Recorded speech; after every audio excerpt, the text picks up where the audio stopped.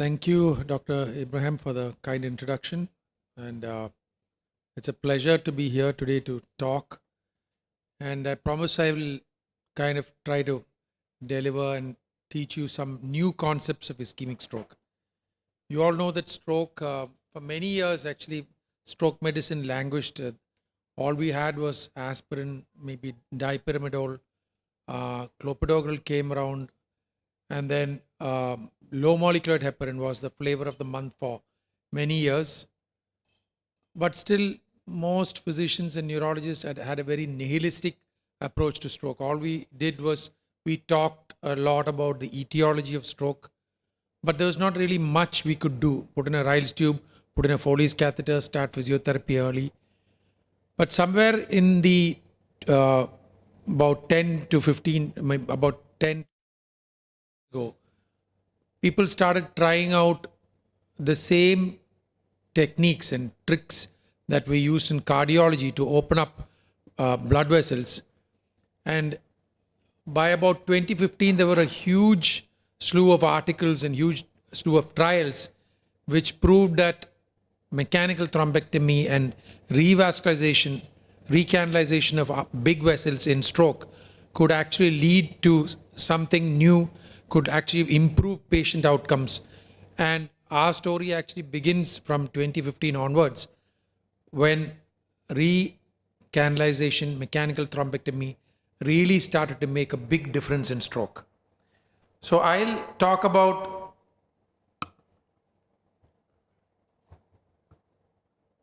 to give you an overview of 10, not really very new things, but 10 things that are probably in some ways practice changing and will make a difference as to how you all deal with stroke patients. So before I go into the nuances per se, just a brief introduction about the cerebral vasculature. You all know that all the major arteries of the brain take root from the arch of the aorta. There are the two common carotid arteries which supply the internal carotid arteries to the anterior circulation. And you have the two vertebral arteries in the back which join together to form the basilar artery.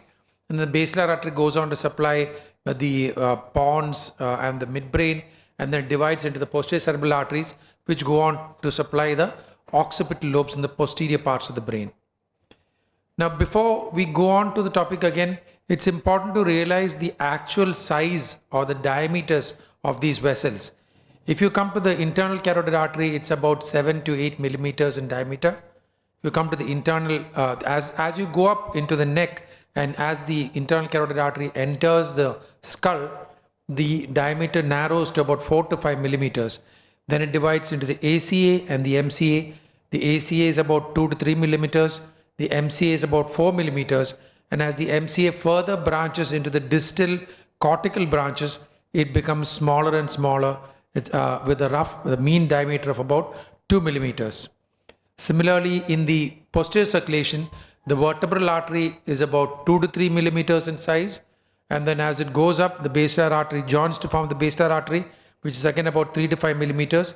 And then it goes on to divide into the posterior cerebral arteries, which are again about 2 millimeters in size. Now, this is a typical example of a clinical problem that you will face. You are suddenly called from the emergency department. There's a patient who has come in at 5 hours with a dense right hemiplegia, aphasia, and they tell you that the radiologist tells you that the CT shows a left or right MCA hyperdense sign. So what do you do in this kind of situation? Do you give aspirin? Do you order thrombolysis, or is there some other option that you can give the patient? Now, first of all, when you see something like a hyperdense MCA, this means that there is a dense RBC clot which is sitting inside that vessel. So this is an indicator that a large vessel occlusion has occurred in that patient, and this patient is unlikely, this is the hyperdense MCA, this kind of patient is unlikely to just respond to aspirin, clopidogrel, or even IV thrombolysis. So this is where the concept of mechanical thrombectomy comes in. Now, mechanical thrombectomy is most of the time reserved for patients with an LVO. By LVO, we mean a large vessel occlusion, which usually refers to either the internal carotid artery or the middle cerebral artery. Now, these predominantly supply about 70% of the brain for most of the anterior circulation. And this is the cerebrovascular equivalent of a STEMI, of an ST elevation MI. If you see an ST elevation MI, patient presents within time window, you would obviously take the patient up for a percutaneous transluminal coronary angioplasty or stenting. Similarly, this kind of patient is most likely to benefit from a mechanical thrombectomy. Leaving the patient alone, giving the patient aspirin or even just intravenous thrombolysis alone is unlikely to open a vessel the size of 4 millimeters. And usually these patients have a huge clot, which is about 5 millimeters to 1 centimeter in length. And thrombolysis is unlikely to make a difference in these patients. So this is just a list of the huge number of trials that have occurred since 2015. And I know that it's a busy slide, but what I want you to take away from this slide is the fact that from 2015 onwards, innumerable trials have shown that even starting at initially in patients who presented within 6 hours and later within 12 hours to 24 hours, numerous trials have shown that going in, opening these arteries, mechanically taking out the clots does definitely improve the outcomes in these patients and leads to lesser morbidity, lesser mortality, and patients have a much better chance of improvement than just giving IVT or aspirin. Now, even if in very late windows, that is, suppose for example, the patient has come to you after 24 hours, even in these patients for up to about 72 hours, assuming that you have carefully, all patients who have come with a late stroke, obviously you cannot take for a LVO thrombectomy. But if you carefully select these patients, if you do perfusion imaging, if you do CT perfusion or MR perfusion imaging, there is still a subset of patients in whom thrombectomy can be done and in whom patients can still actually go home. They may not walk home, but at least they'll go home and they will slowly improve over the next maybe 3 to 4 months. So the NNT, or the number needed to treat in these patients, is actually one of the best that you can see in any revascularization therapy. That is, in an LVO stroke who presents to the casualty within 6 hours and is taken up for a thrombectomy, you need to treat only about 3 to 4 patients for one person to actually improve tremendously and walk home within the next few days. So this is one of the major revolutions in stroke medicine and in medicine per se that has occurred in the last 10 to 15 years. So the message of this slide is that any patient who comes with a dense hemiplegia or aphasia within 6 hours definitely should go for thrombectomy. Within 6 to 24 hours, you can be circumspect. Some of these patients may improve. And even up to 72 hours, if you do dedicated imaging and perfusion imaging, there you can still identify a subgroup of patients who will improve with thrombectomy. So this is the conclusion slide of this, which shows that up to 6 hours, definitely EVT is the standard of therapy for LVO. 6 to 24 hours and beyond 24 hours, you can consider carefully selected patients. And in mild stroke patients or who have a low NIHSS, so the patient comes in with an LVO, but the patient is still able to walk around, has only a mild hemiparesis, then you probably don't need to do LVO because you may even actually harm the patient. So in these patients, just giving aspirin, clopidogrel or IV thrombolysis alone may be enough. So does technique matter? Now with the proliferation of devices and catheters, we have a huge array of devices to actually select from in the cath lab. Some people I personally prefer aspiration. Some people prefer using stent retrievers, and there is also a combined technique called the Solumbra. So as the number of devices increases, the complexity of the procedure increases. But it all depends upon the familiarity of the operator, what is available in the cath lab, and finally what is most important is that you are able to open up the artery as soon as possible. And irrespective of the technique, if the artery is opened up, the patient is likely to have a good outcome if you can achieve it as fast as possible. Now this is the second scenario where the patient has come in again with 4 hours There he has a right hemiparesis, maybe about 2 to 3 by 5 power. The CT and CT angiogram shows you a distal MCA. They tell you, the radiologist calls and tells you that the MCA stem is okay, but the cortical branches of the MCA seem to be occluded, or there is a clot at the bifurcation of the MCA. In this case, what would you do? So this is what we call a medium vessel occlusion. So medium vessel refers to vessels which are less than 2 millimeters in diameter. So it refers to the anterior cerebral artery or branches of the MCA. And the problem with these arteries is that our catheters itself are quite big. So they're about 3 to 4 millimeters. Our stents are about 3 to 4 millimeters. So pushing it into the MCA is okay, because generally when you push in a wire and a catheter, it goes directly into the MCA. But pushing it into the distal vessels and the branches, what happens is that these vessels are actually floating around in the subarachnoid space on top of the insula. And just by pulling and pushing these devices in these small vessels, you can actually cause quite a bit of traction on these vessels, and you can tear the perforators that arises from these vessels. And also when you pull the clot and the vessels straighten out, there can actually be quite a bit of traumatic rupture of these vessels within the subarachnoid space. So as a result of which, we don't generally prefer going into these smaller vessels until such time as better devices or better stent retrievers come into practice.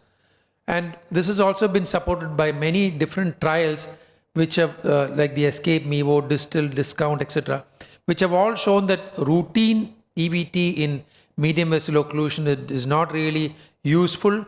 You may consider it in very select situations. For example, if the patient has aphasia, is a teacher or a singer or something like that, and needs the voice or needs to speak. In such case, just giving IVT alone may not be enough. You may inform the patient of the risks and benefits of the procedure, and you can go in and try to take out the clot. But in most situations, in a routine MEVO, just doing mechanical thrombectomy may not really work. So in routine MEVO, mechanical thrombectomy is not indicated, only in very selected patients, and if the deficit is clearly disabling. But of course, there are trials going on such as DUSK, which may show that again, or define a better subgroup of patients in which thrombectomy may be useful. Now, if the patient has an ischemic stroke, a minor ischemic stroke, what is the general practice that you do? Like, do you give aspirin only, or do you give clopidogrel only, or do you give a double antiplatelet? What is the usual thing that you do? Pardon me? One drug. 2 drugs. Okay. Right. So the evidence, as you said, is mostly in favor of giving a short-term DAPT or dual antiplatelet therapy. That is, we give it for about 21 to 30 days. Ideally, it should be started as soon as possible within a stroke, within about 24 to 72 hours. And we stop the medication after about a maximum of 3 to 4 weeks. This is because if you give long-term DAPT, the benefits are outweighed by the risks of bleeding. Patient can develop GI bleeds, GU bleeds, or intracranial hemorrhages, and as a result of which we tend to stop it and switch the patient to a monotherapy after 21 to 30 days. In some cases, we use aspirin plus ticagrelor.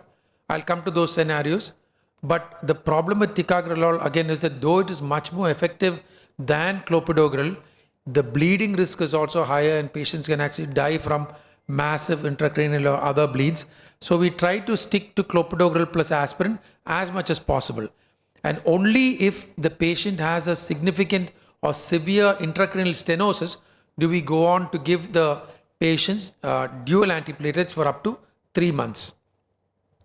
Now, if the patient has a very large infarct at the onset itself, or you think that patient has an embolic infarct, because as you know, embolic infarcts tend to recanalize very fast, and these patients are prone to recanalization, reperfusion, hemorrhage. So in such cases, you may opt to give the patient only a single antiplatelets. Similarly, if the patient has had recent thrombolysis or thrombectomy, and there is some amount of hemorrhagic transformation, or the patient is a posterior circulation infarction, where the chances of hemorrhagic transformation in a cerebellar infarct, for example, are very high, then you would avoid double antiplatelets. Also, if during the course of evaluation you find that the patient develops a paroxysmal atrial fibrillation or has a large LV clot, then obviously you would not want to give DAPT, you would want to put the patient on warfarin or a newer oral anticoagulant. In such cases, you would avoid a dual antiplatelet. Now, when it comes to long term, like I said, after about 21 to 30 days, we want to shift the patient to a single antiplatelet. So what is your general preference of antiplatelet? Do you start the patients on aspirin or do you put them on clopidogrel? Aspirin, okay. So generally, in the West at least, clopidogrel is preferred over aspirin. And if you ask most gastroenterologists, they prefer clopidogrel over aspirin because they think that it causes lesser GI bleeds, it causes lesser systemic bleeds. And as a result, and also if you look at most trials, the initial trials which compared clopidogrel and aspirin, clopidogrel has a slightly better edge, a few more percentage. So relative risk reduction of clopidogrel is about 5 to 9% compared to aspirin. So clopidogrel might be a slightly better option, but of course it depends upon your personal preference, and aspirin is definitely an acceptable alternative. But the problem with so if you compare these two, and if you compare the different benefits of clopidogrel definitely comes out on top. Now I'll come to situations where aspirin would be preferred over clopidogrel after this.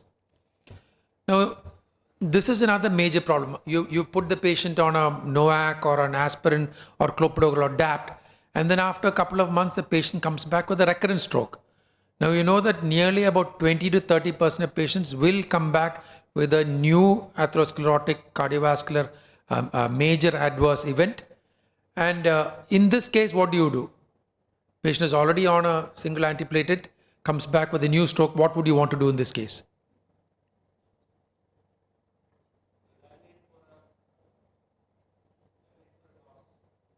Yeah, fantastic. So first thing is, you would want to reevaluate and see whether your initial etiology itself was correct. Because it may be that you thought that the patient had a lacunar infarct or a small vessel atherosclerotic infarct, but in fact the patient had developed a paroxysmal AF or some LV, very poor LVEF with a heart failure with reduced ejection fraction, or you had an LA or LV clot which was missed on the initial evaluation. So the first thing you would want to see whether your stroke mechanism was correct. Secondly, you would want to know if the patient is inadvertently or deliberately stopped antiplatelets, because sometimes patients are under the impression that you give it to them, the prescription is only for about 1 month or 21 days, and after they don't have to take it anymore. So it's a major problem, especially in our Indian patients who tend to think or assume that most antiplatelets and statins are only to be taken like a cough and cold medicine for about 7 to 10 days or 1 month, and they stop it after that. So you have to check whether the patient has been continuing these antiplatelets. If you have the patient has been put on aspirin, one option is to switch to clopidogrel or vice versa, or see if the patient requires a NOAC or a warfarin in case the stroke mechanism is incorrect. Now, what about using dual antiplatelets with cilostazol? Now, cilostazol also, the problem is that the bleeding risk is much higher, and the benefit is seen only with cilostazol plus clopidogrel in only a few or small subgroup of patients, especially those who have had some sort of intracranial or extracranial stenosis, or in Asian patients, especially in Japan. They tend to favor cilostazol over DAPT between clopidogrel and aspirin. But in general, using cilostazol with clopidogrel aspirin for a long term is frowned upon. And sometimes we see prescriptions where patients come on triple therapy. That is, they put on aspirin plus clopidogrel plus cilostazol. This again is to be avoided as much as possible, because this increases the bleeding risk tremendously as compared to even dual antiplatelets. So if you want to consider cilostazol For example, the patient has a polyvascular disease, has stroke plus peripheral vascular disease or peripheral arterial disease, then you may consider clopidogrel plus cilostazol or even aspirin in selected patients, and you reserve triple antiplatelets only for a very small selected group of patients. So as far as possible, try to keep the patient on a single antiplatelet. Now, of course, there's some exciting news on the horizon. The induction or the introduction of factor 10A inhibitors such as milvexian and asundexian. Now, this whole concept has come around from the discovery that in patients who have factor 11A deficiency, they have a very low incidence of ischemic stroke and hemorrhagic stroke. So this was put into practice, and they have brought out 2 new medications which seem to have much higher efficacy than either aspirin or clopidogrel in preventing ischemic strokes. And this is supposed to probably be launched in the latter half of this year and will be a very welcome addition to the armamentarium of aspirin and clopidogrel for ischemic strokes. Now, like you said, some people prefer clopidogrel to aspirin.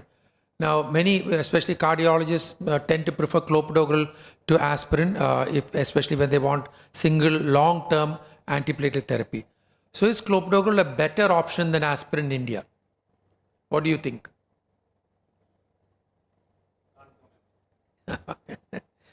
Yeah. Yeah, okay. So, of course, we all used to use clopidogrel a lot more. But then the problem with clopidogrel is that clopidogrel is actually a prodrug, and it has to be metabolized in the liver by the cytochrome CYP19 system, and then the prodrug has to be converted to the active drug. So when they analyzed actually the CYP2C19 phenotypes, it seems that there are about 5 or 6 types of phenotypes depending upon what kind of alleles you have. So there are normal function alleles, there are hyperfunctioning alleles which may actually predispose you to a much higher bleeding risk, and there are alleles which lead to a loss of function. So in these loss of function alleles, actually these patients have a very poor response to clopidogrel. So if you have one loss of function allele, you have a partial response only to clopidogrel, and if you have 2 loss of function alleles, then you have extremely poor response to clopidogrel. So it is sometimes wise, if you're going to shift the patient from aspirin to clopidogrel, to just check the CYP-C2 genotyping. So this genotyping is actually available in most labs now. It costs about 2,000 to 3,000 rupees, and you get the result within about 7 to 10 days. Or you can do a platelet functioning testing to see whether, in the presence of clopidogrel, whether there is adequate platelet inhibition. And if the CYP-C2 genotype shows that the patient has either 1 or 2 loss of function alleles, then they're probably not going to respond to clopidogrel, and it's better to start the patient on, go back to aspirin or consider other antiplatelets such as ticagrelol. Now you'll be surprised to see that in India, the CYP-C2-19 loss of function alleles, actually it's not 5%, it's nearly about 30 to 40%. That means almost 1/3 of our stroke and MI patients are actually resistant or poor responders to clopidogrel. So nowadays I tend to use this genotyping as much as possible in my patients to see if they can go on to either aspirin or whether they need to be put on ticagrelol.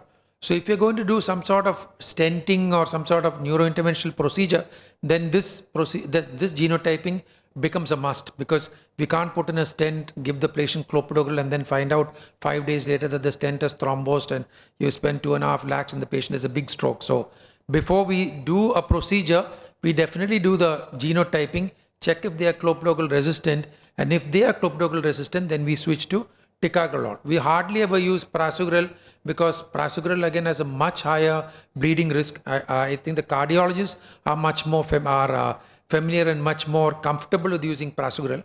But in stroke, ticagrelol is the highest antiplatelet that we use, and we prefer that to clopidogrel in the CYP-C19 loss of function variants.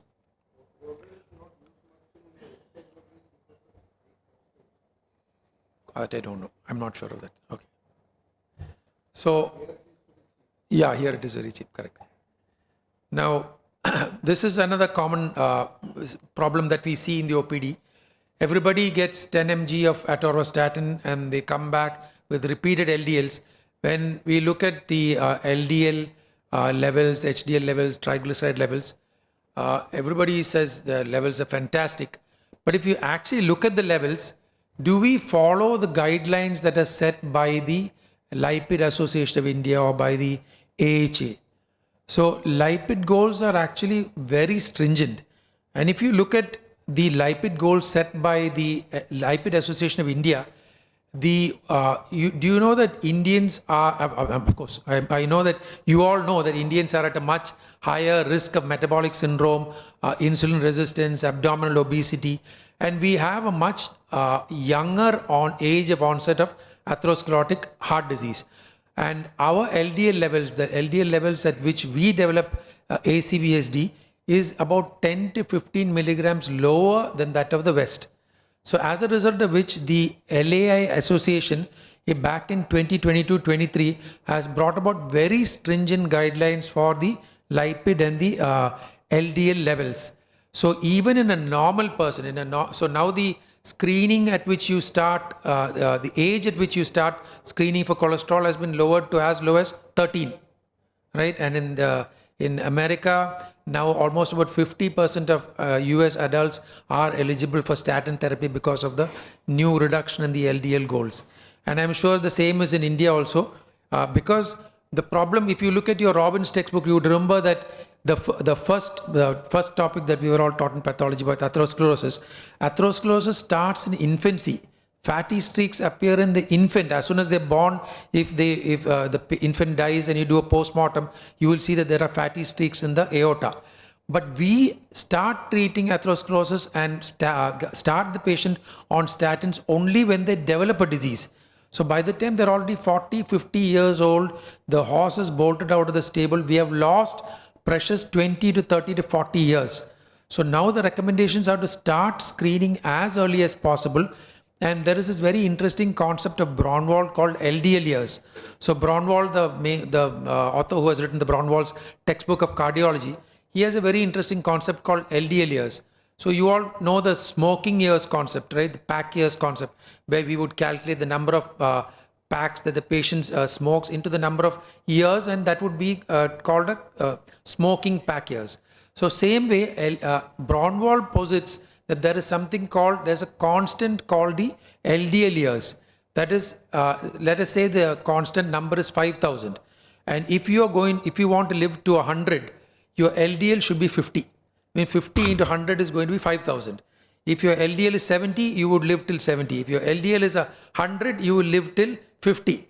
So the lower your LDL, and the lower you keep it throughout your life, the more chance of you achieving a century or more. Because as you see now, people like Brian Johnson and others are trying to biohack themselves and live as long as possible or even be immortal. I know it's boring to be immortal, but at least as long as you live, you don't want to possibly be affected by some sort of atherosclerotic cardiovascular disease.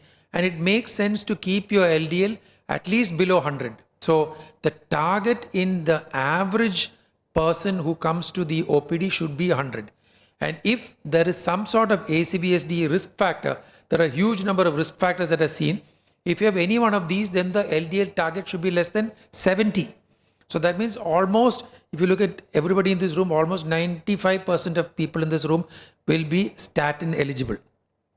And if you have an ACVSD, that is if you have a stroke, if you have a big carotid plaque detected on incidental screening, if you have peripheral arterial disease, vascular claudication, angina or MI, then you fall into this very high risk category.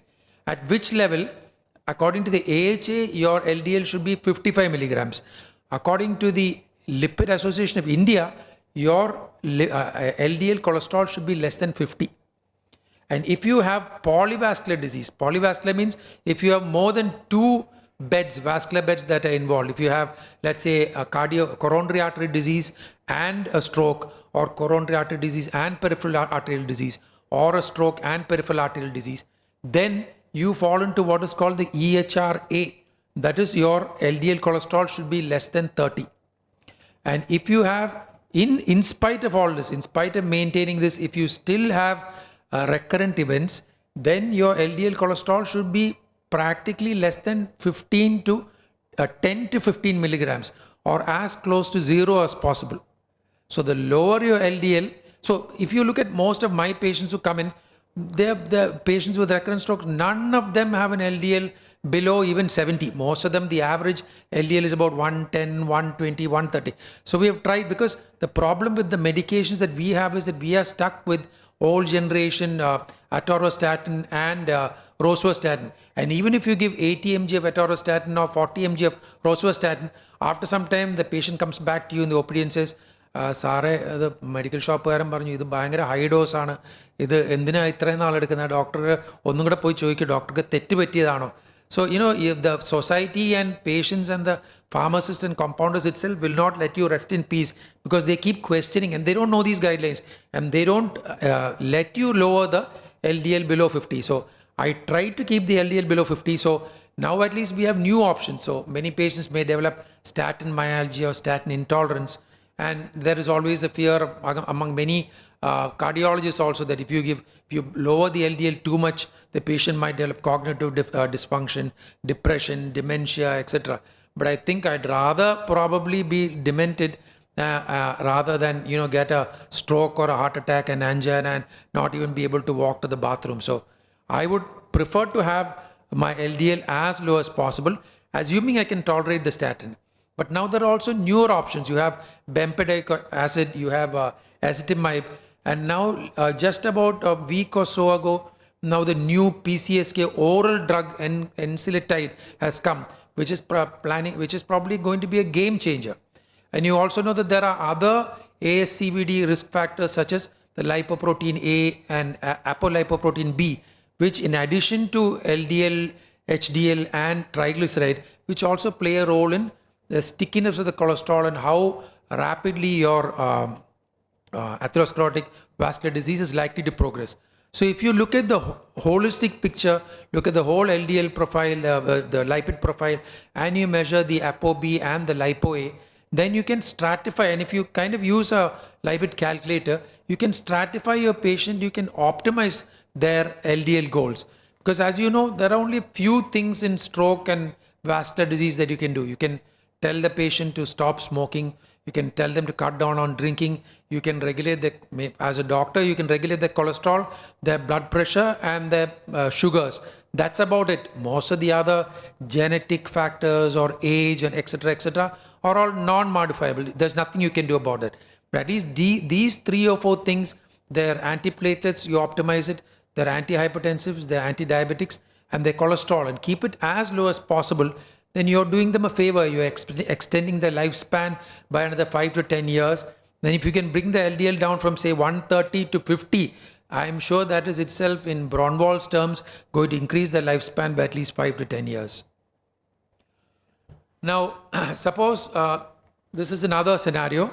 A patient has come in with, let's say at about 20 hours. This is a patient who has come in from Idiki or Munnar, has been languishing in a local hospital, and now has come to the ED with a large stroke with an MCA LVO. What do you do at this point? Would you just give him aspirin? Would you just give him low molecular heparin, thrombolysis, or would you offer him anything else?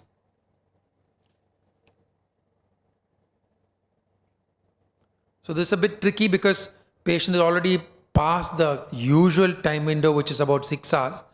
But now we don't just look at the clock, or the stroke is not just clock based. We do a tissue based imaging. So tissue based imaging means we try to find out by some sort of imaging parameter as to how much of viable tissue there is. So just by doing a CT scan or MRI, it's difficult to actually make out. But if you do a CT perfusion, MR perfusion, or a diffusion flare mismatch, these things will be able to calculate how much of the brain is actually dead and how much is still viable. And if there is still a big part, or let's say about maybe more than 50% of the brain which is still viable but at risk of being occluded, then you might as well give the patient the option of mechanical thrombectomy. Of course, you have to be judicious and tell them that this is not a panacea, it's not going to be a cure-all, but it is definitely going to give them a better chance of walking out of hospital or being less moribund at 2 to 3 months than just putting the patient on aspirin or clopidogrel. So, especially if it is an anterior circulation stroke, there's definitely evidence to show that even after, like I said, up to 72 hours in some patients, you can judiciously choose patients for thrombectomy. Now, this is another scenario that we often face. Again, this is another patient who has come in with coma at 20 hours. And this patient has a basilar thrombosis. The basilar artery is actually thrombosed. There's a hyperdense sign seen on the CT. What would you do at this point?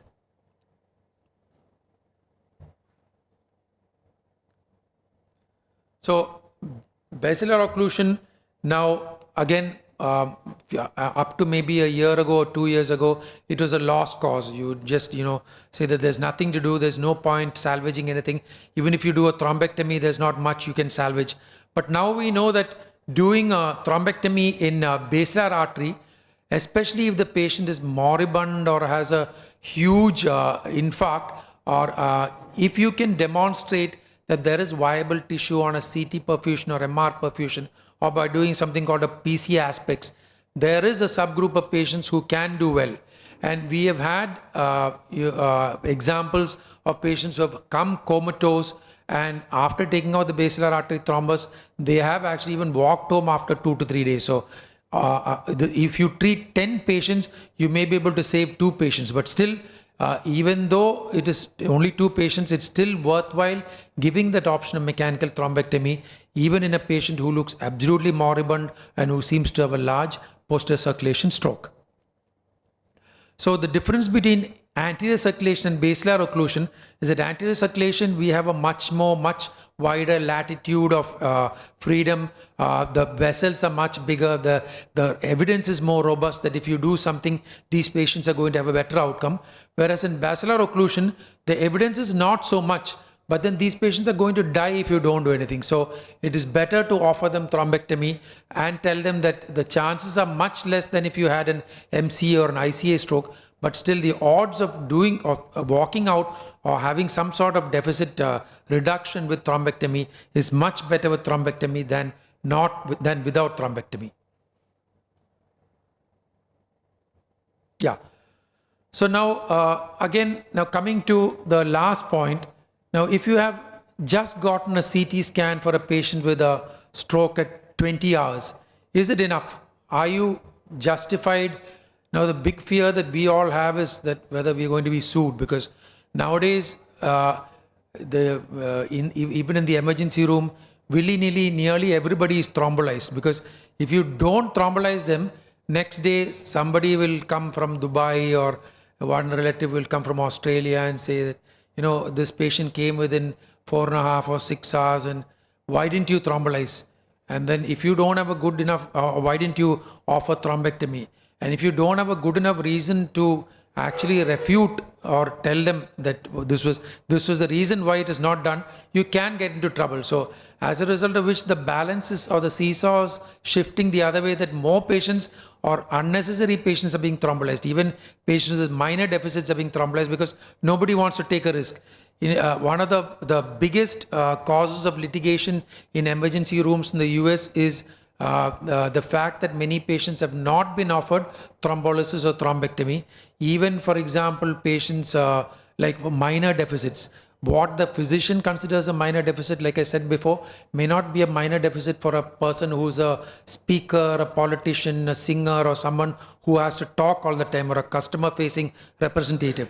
In such case, even if it is a minor deficit affecting the speech, it is probably safer to inform the patients upfront of the options of thrombolysis and thrombectomy and tell them the risks and benefit, and then take a judicious approach rather than deciding on your own and not giving the patient the option. So even if the patient has come in with only a CT, it is better to do at least a CT perfusion, a MR diffusion or a diffusion flare mismatch to see if there is tissue that is dead, or if there's tissue that is still viable, if there is tissue that is viable, then the patient should be sent to a place where there is yes. Yes. So there is we have the rapid AI system. So rapid AI has been there for many years actually, because the CT perfusion, again, what happens in most places. So this is an example of a CT perfusion where you give a contrast bolus, and then it measures the time that the bolus goes through the brain in the normal vessels and in the ischemic area. And then it gives you these different parameters, cerebral blood volume, blood flow, mean transit time, Tmax, etc. So in most hospitals, even in the US, there are no experienced radiologists who can identify this. So what is done is that this is pushed to a company which runs this, called Rapid AI.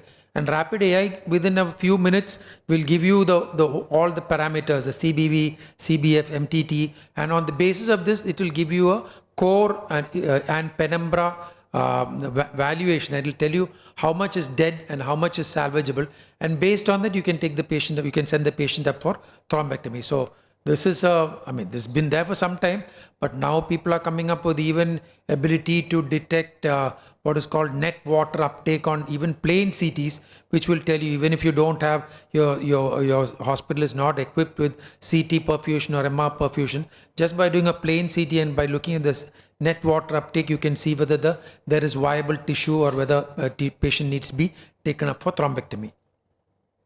So this is an example of MRI. Even if you have just plain MRI, this is a patient who has no diffusion flare mismatch, where if you can see that there is only a small area of infarction here and here.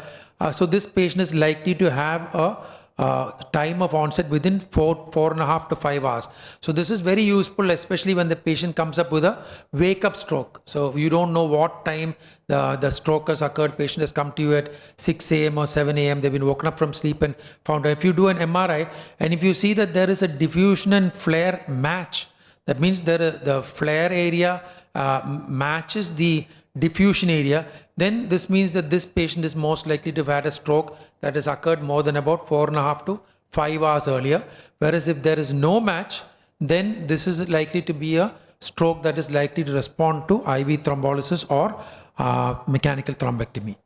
Now, one of my last slides is on tenecteplase. As you all know, for many years our workhorse was alteplase, RTPA, but now with the tenecteplase, which was actually a golden opportunity for India, because India was the first country in which the pilot trials of tenecteplase were conducted. Unfortunately, nobody took the initiative to really put it up on the world stage, and tenecteplase, of course, trials went outside, and finally the major trials were conducted abroad in the West and in Germany, and the evidence has now come bouncing back on us, telling us that yes, we were right, and tenecteplase is probably a much better drug than alteplase. And tenecteplase, if you know, is cheaper than alteplase. It can be given as a bolus, as a single push within about few seconds, and as compared to alteplase, which requires almost a 1 hour infusion, as a result of which it can be given as soon as the patient is diagnosed with a large vessel occlusion or a medium vessel occlusion in the CT room itself. So this has definitely sped up the introduction of thrombolysis, and now most of the thrombolysis, 99% of the thrombolysis is done in the emergency room itself. So this has been a major game changer in stroke for us.